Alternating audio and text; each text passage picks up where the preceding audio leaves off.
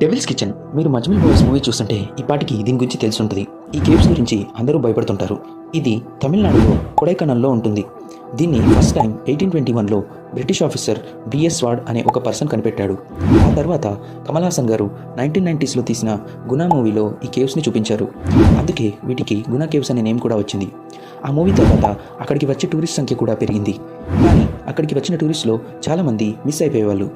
వాళ్ళ వాచ్కి కూడా తెలిసేది కాదు. ఎందుకో ఏం జరుగుతుందో కూడా అక్కడి వాళ్ళకు తెలిసేది కాదు. అక్కడ రికార్డ్స్ ప్రకారం చూస్తే ఇప్పటి వరకు 16 మెంబర్స్ వరకు మిస్ అయిపోయిన వాళ్ళు ఉన్నారు. కానీ ఇది రికార్డ్స్ ప్రకారం మాత్రమే. అన్అఫిషియల్గా ఇంకా చాలామంది ఉండొచ్చు అని అక్కడ వాళ్ళు చెప్తుంటారు. 1996లో సెంట్రల్ మినిస్టర్ అల్లుడు కూడా ఇక్కడ మిస్ అయ్యాడు. ఇక్కడ డెవిల్ ఉందో లేదో అనేది మిస్టరీ. అక్కడ హిల్స్ ఉండి రెగ్యులర్గా ఒక స్మోక్ వస్తుంది. సో అందువల్ల దానికి డెవిల్స్ కిచెన్ అని పేరు వచ్చి ఉండొచ్చు.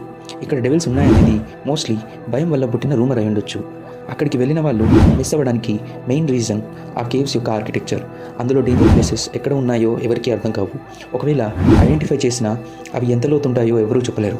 ఇంకా ఆ లోయలో ఎన్ని మలుపులు ఉంటాయో ఎన్ని రాళ్ళు ఉంటాయో మంజుమల్ బాయ్స్ మూవీ చూస్తుంటే మీకు ఈ పాటికి అర్థమై ఉంటుంది. మీకు ఎవరికైనా దీని గురించి ఇంకేమైనా స్టోరీస్ తెలిస్తే మా కామెంట్స్లో చెప్పండి.